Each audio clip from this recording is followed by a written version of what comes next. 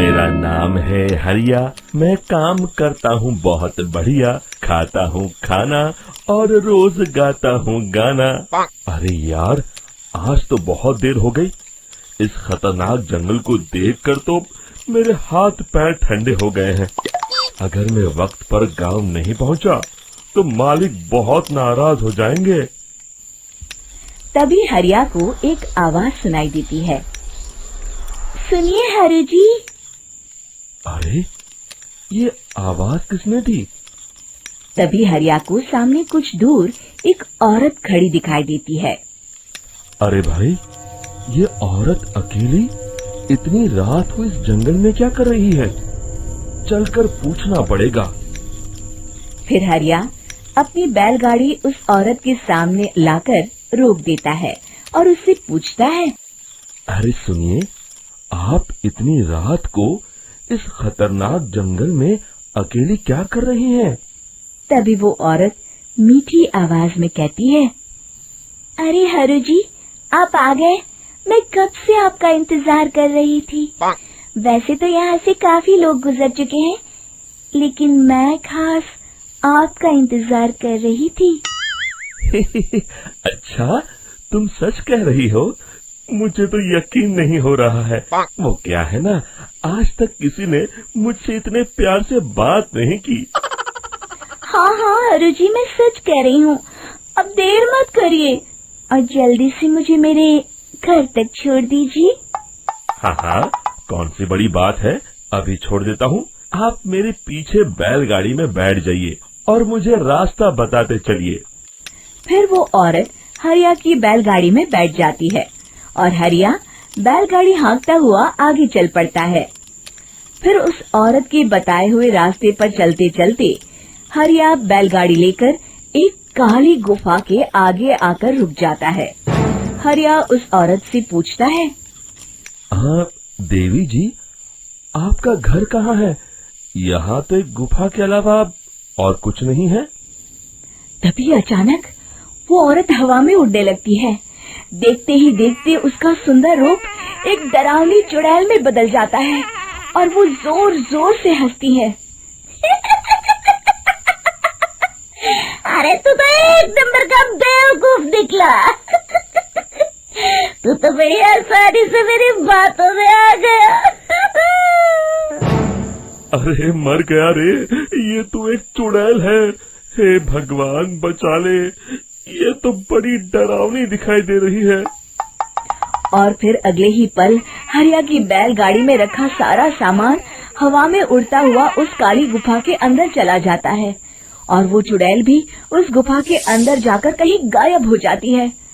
हरिया ये नजारा देख बुरी तरह घबरा और परेशान हो जाता है। अरे, ये चुड़ैल तो मेरा सारा सामान लेकर गुफा में गायब हो गई। अब क्या होगा?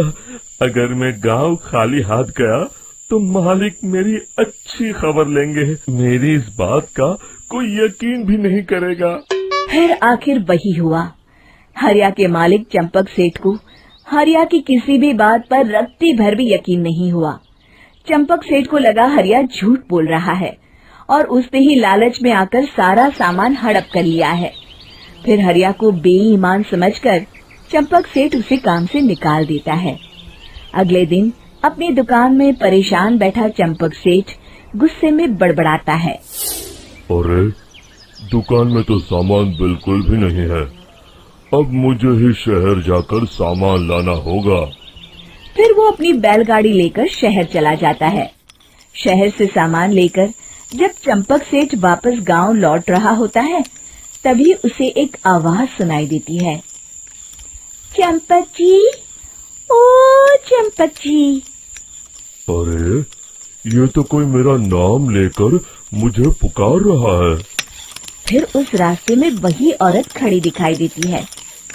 फिर क्या था, हरिया की तरह चंपक सेठ भी उस औरत के पास अपनी बैलगाड़ी लेकर जाता है और वो भी उसकी चिकनी चुपड़ी बातों के मुंह जाल में फंस जाता है। फिर चुड़ैल उसे भी अपनी गुफा तक ले जाती है और उसका सारा सामान लेकर गुफा में गायब हो जाती है। बेचारा चंपक सेठ लाचार होकर खाली हाथ गांव लौट आता है। फिर ये उस जंगल में रोज की बात हो जाती है। जो कोई भी शहर से कुछ लेकर गांव की तरफ लौटता, वो चुड़ैल उसे बेवकूफ बनाकर उसका सारा सामान लेकर गुफा में गायब हो जाती। एक दिन हरिया एक लकड़हारे को उसी जंगल की तरफ जाते हुए देखता है। फिर हरिया उसे रोकते हुए कहता है, अरे भाई, क्यों अपनी मौत को दावत दे रहे हो? मेरी बात मानो, आगे जंगल में मत जाओ, वहाँ एक बड़ी भयानक चुड़ैल रहती है। लकड़हारा हरिया की बातों को नजरअंदाज करते हुए कहता है, अरे भाई, मुझे पहले ही बहुत देर हो चुकी है, मुझे जाने दो भाई। शाम तक लकड़ियाँ काट कर शहर के बाजार में बेचना है।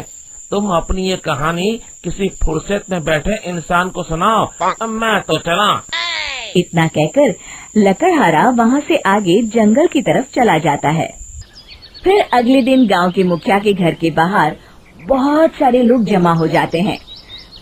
तभी हाथ में कुल्हाड़ी लिए खड़ा लकड़हारा कहता है, अरे मुखिया जी, अब आप ही हमें बचाइए।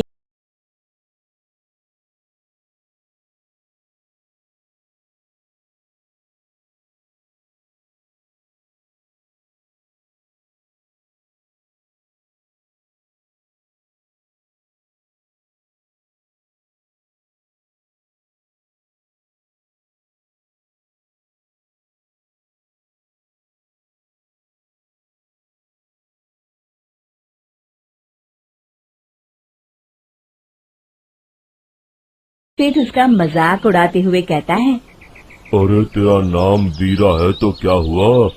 तूने अभी उस चुड़ैल को देखा नहीं है? जाकर अपना काम कर, बड़ा आया।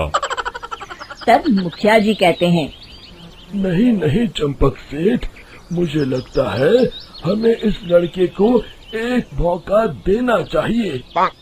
फिर सभी गांव वाले मुखिया जी की बातों से सहमत हो जाते हैं और वीरा शाम को एक बैलगाड़ी में कुछ सामान लादकर उस जंगल की ओर चल देता है। वीरा, ओ वीरा, कहाँ जा रहा है? तभी वीरा मुड़ के देखता है, वही चुड़ैल एक औरत के रूप में खड़ी है। अरे बहन जी, मैं आपको ही ढूंढ रहा था। देखिए, मैं आपके लिए क्या लाया हूँ। अरे वाह, तो खुद मेरे लिए इतना सामान लाया है। तू ही अकेला गांव में समझदार है।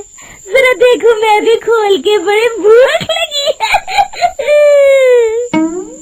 जैसे ही चुड़ैल उस सामान पर से कपड़ा हटाती है, एक भगवान शिव की तेज रोशनी उसके अंदर मूर्ति से निकलती है और चुड़ैल अपने असली रूप में आकर जलने लगती है।